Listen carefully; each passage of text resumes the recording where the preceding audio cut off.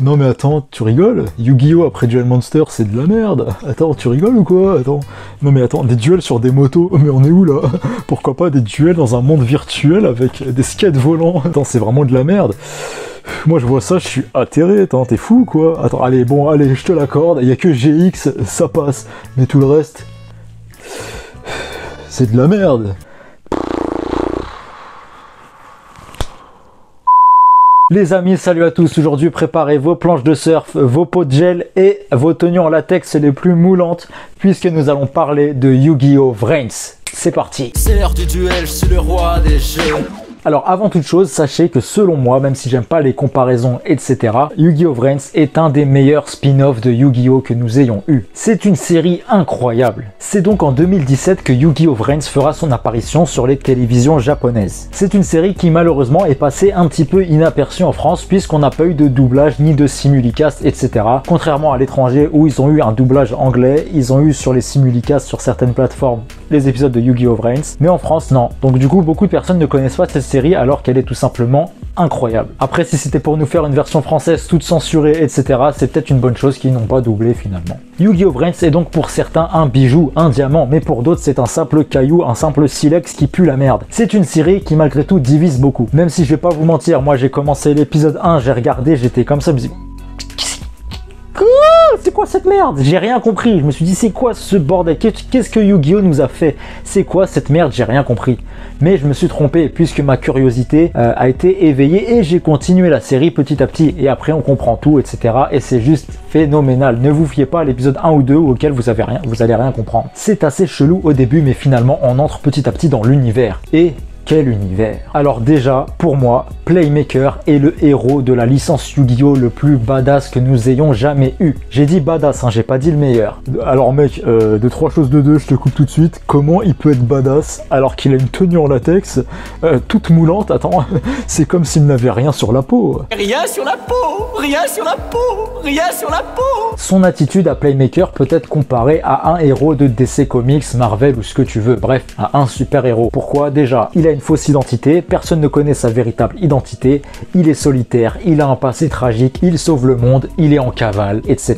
Il fait le bien pour faire le bien, il est extrêmement solitaire et froid avec les autres. Son but à lui, c'est pas de sauver les gens de base, son but à lui, c'est la vengeance et mettre la lumière sur son passé, lui qui a vécu un traumatisme étant enfant. La seule personne que de base il souhaite sauver, c'est quelqu'un d'important, mais on en parlera tout à l'heure. Il y a une personne qui veut sauver. Alors oui, déjà, pour beaucoup, ça peut paraître assez farfelu des duels sur des skates volants, etc. dans un monde virtuel. D'ailleurs, même Kazuki Takahashi, donc l'auteur de Yu-Gi-Oh! A déclaré sur une interview, je crois que c'était Manga ou Game One, enfin je sais plus, bref, qui trouvait que les skates volants, enfin les planches de surf là dans Vrains, ça manquait de classe. Ce qui n'est pas faux. Quand tu compares par exemple un D-board à un D-wheel, bah il n'y a pas photo. C'est vrai qu'un D-wheel ça a beaucoup plus de flow. Dans le délire, c'est pas une mauvaise idée, mais je pense que c'est vrai qu'ils auraient pu rendre ça un petit peu plus classe avec un peu plus de flow. Mais tout ceci ne va rien enlever au charme de l'histoire de Yu-Gi-Oh! Vrains. C'est donc en 2017 qu'arrivera Yu-Gi-Oh! Vrains sur les télévisions japonaises, la 6e série animée de la licence Yu-Gi-Oh! La série, elle, se terminera en 2019 et comptabilisera 120 épisodes. Et comme toutes les autres séries Yu-Gi-Oh! Elle a été réalisée par le studio Gallop, donc des mecs chauds. C'est donc, comme je vous ai dit, une série qui divise. Pour certains, c'est la meilleure, pour d'autres, c'est la pire. Elle ne laisse personne indifférent. Et pourquoi? Tout simplement parce qu'elle est à part. Elle n'a rien à voir avec les 5 autres séries animées Yu-Gi-Oh! Qu'on a eu jusqu'à présent. C'est un ovni. Alors oui, tout ce blabla, c'est bien beau, mais Yu-Gi-Oh! Vrains, c'est quoi l'histoire? De quoi ça parle? Yusaku Fujiki, un jeune lycéen de 16 ans, qui n'est pas un élève comme les autres. En effet, c'est un solitaire, il accepte peu la compagnie et il est très méfiant vis-à-vis des autres. Bon, ce qui peut se comprendre tant le traumatisme qu'il a subi étant enfant est grand. En effet, il y a 10 ans, l'incident perdu. Une sombre affaire où 6 jeunes enfants ont disparu les uns après les autres. Ils avaient été enlevés par une certaine organisation. L'un de ces 6 enfants était Yusaku Fujiki. Ces enfants étaient enlevés et se voyaient obligés de livrer des duels en VR et dans l'ombre, ils étaient étudiés afin de créer 6 intelligences artificielles dotées d'une volonté propre, les Ignis. Même des années plus tard, cette histoire reste un réel traumatisme pour Yusaku. Il le dira d'ailleurs lui-même, je cite, « Pour moi, ce qu'il s'est passé il y a 10 ans est encore loin d'être terminé. Ma vie ayant été interrompue, je n'ai aucun avenir dont je pourrais parler avec des amis, ni aucun de ces précieux moments. J'ai suivi diverses thérapies pour me remettre de ce traumatisme. Moi-même, j'ai fait tous les efforts pour oublier, mais je n'ai jamais réussi. Ces horribles souvenirs sont gravés dans mon cœur et ma mémoire, au point de faire partie intégrante de moi.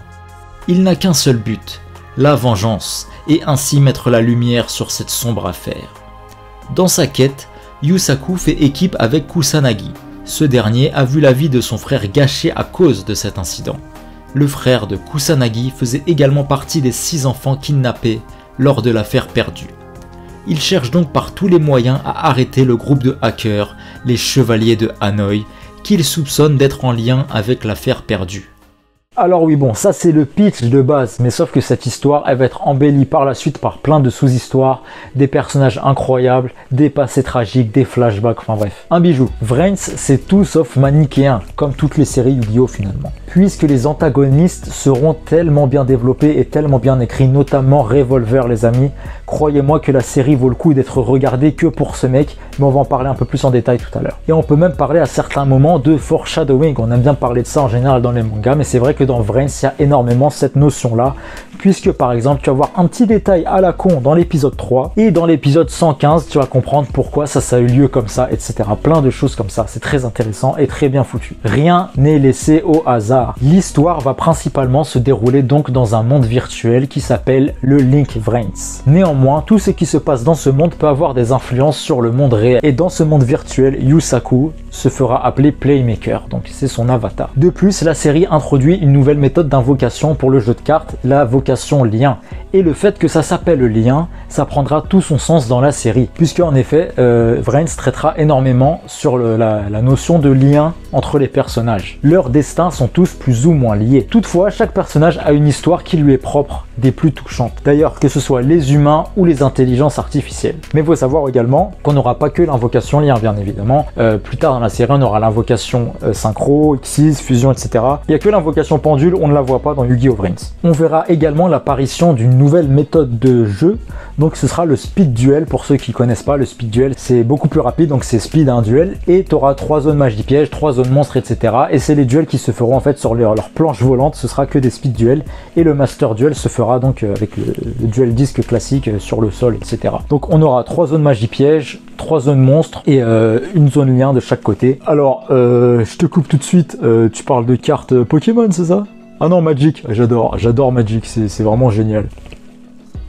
Tu fais chier tout le monde là. Et comme je vous ai dit, cette série est vraiment différente et à part des autres séries Yu-Gi-Oh! Le personnage principal est solitaire, froid, il n'a confiance en personne, il aime pas les êtres humains, il s'en bat les c***.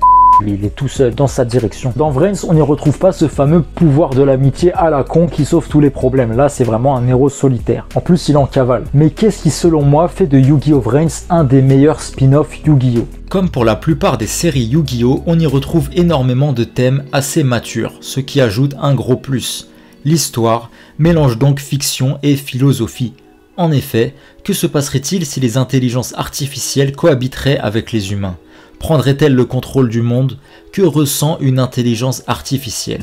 Comment une intelligence artificielle évolue-t-elle en côtoyant les humains? Dans Vrains, les thèmes abordés sont finalement assez variés et très actuels, comme par exemple les risques liés au monde numérique, les intelligences artificielles et ce qu'elles peuvent engendrer, en bien comme en mal. Comment faire face à la mort d'un proche, les mises en situation face à des chocs dans la vie et la gestion d'un traumatisme. C'est une série très réfléchie et mine de rien assez tragique du début à la fin. C'est triste et sombre, bien que certains moments soient plus légers et même archi drôles. Pour de vrai, par exemple, Ai, il fait vraiment trop rire. D'ailleurs, Ai fait partie des meilleurs personnages de la série avec le meilleur développement.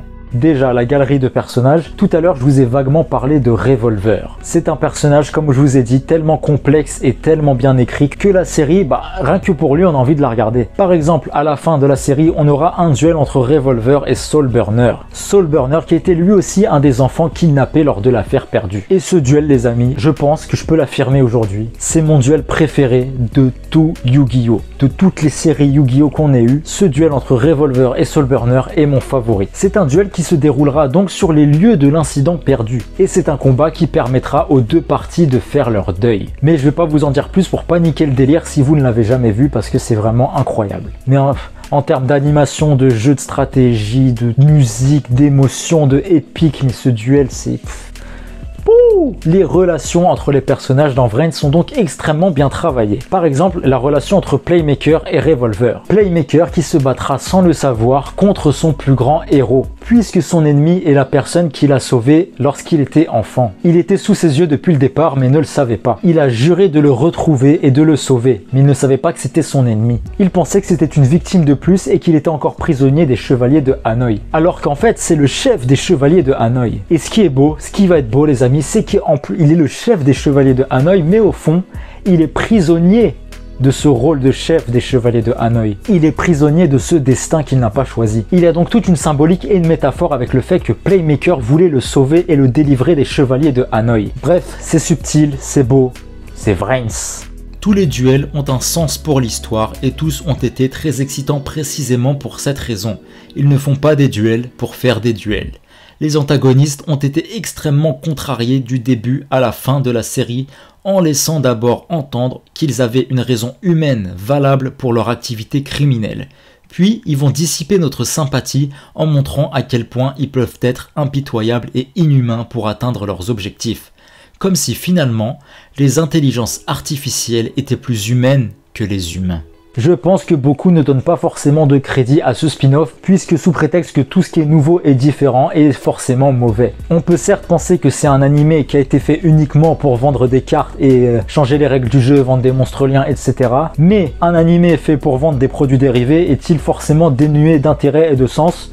Je ne pense pas. C'est comme résumer par exemple les séries Gundam à de la vente de figurines pour vendre plus de maquettes. D'ailleurs Gundam, on va en parler sur la chaîne parce que Gundam c'est un peu sous-coté en France et c'est une saga incroyable. Je vais faire plein de vidéos sur Gundam parce que c'est fou, c'est fou. Bref, la dernière saison de Yu-Gi-Oh! Vrains, bien que bâclée et assez courte, a été pour moi la plus émouvante et ma préférée. J'ai vraiment apprécié avec le peu de temps qu'ils avaient, toutes les émotions qu'ils ont réussi à nous transmettre en si peu de temps.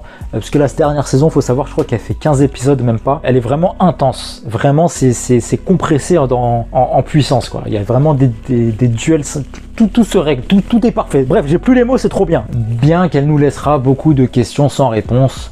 Mais est-ce vraiment un mal? Je sais pas, je pose le débat est lancé. À vos carnets, à vos stylos. Concernant l'animation de Vrains, certaines scènes ou épisodes étaient absolument époustouflants, vraiment. Mais forcément, avec un épisode par semaine, il y aura des scènes où l'animation laissera à désirer. Mais pour la plupart, c'était assez cohérent et plus qu'acceptable pour une longue série hebdomadaire comme celle-ci. La bande originale, elle, était fantastique. J'ai en tête deux OST qui sont phénoménales, notamment l'OST de Soulburner que j'adore. Que ce soit les endings ou les openings, ils sont très lourds, surtout le troisième opening qui est mon préféré. Bon, je les aurais bien mis là, mais bon, je vais me faire censurer si à cause de droits d'auteur, etc. Donc je le mets pas, mais j'aurais fait kiffer tout le monde en mettant les sons là, mais bon, c'est pas grave. Concernant les personnages, Revolver est le meilleur antagoniste que nous ayons vu depuis très longtemps. Le développement de son personnage a été incroyable et croyez-moi, cela vaut la peine de regarder toute la série juste pour lui. Les Ignis, eux aussi, étaient vraiment tous très intéressants et différents les uns des autres. C'était cool de voir leur dynamique entre eux et avec d'autres personnages. J'ai adoré toute la réflexion sur leur personnalité et la façon dont ils se sont développés. Vrains, c'est de la philosophie, c'est beaucoup plus profond que ça en a l'air. Enfin bref, chaque seconde, chaque minute que j'ai passé à regarder Yu-Gi-Oh! Vrains m'a rendu heureux les amis. Tout ça pour dire que peu importe quelle saison, quel arc, quelle série Yu-Gi-Oh! Est votre favorite, n'oubliez pas une chose, c'est que Yu-Gi-Oh! C'est la base.